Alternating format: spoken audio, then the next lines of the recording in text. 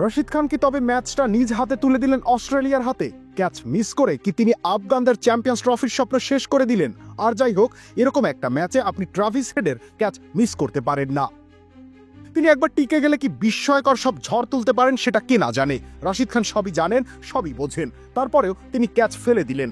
ঘটনার সূত্রপাত চতুর্থ ওভারের প্রথম বলেই।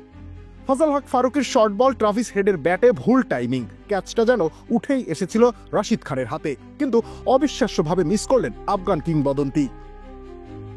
রশিদ খান অভিজ্ঞ ক্রিকেটার, আফগানদের বরপুত্র, বিশ্বজুড়ে ফ্রাঞ্চাইজি ক্রিকেট খেলে বেড়ান। সাধারণত এমন ক্যাচ তার হাত থেকে ছুটে যাওয়ার কথা নয়, কিন্তু এবার তালগোল পাকিয়ে ফেললেন।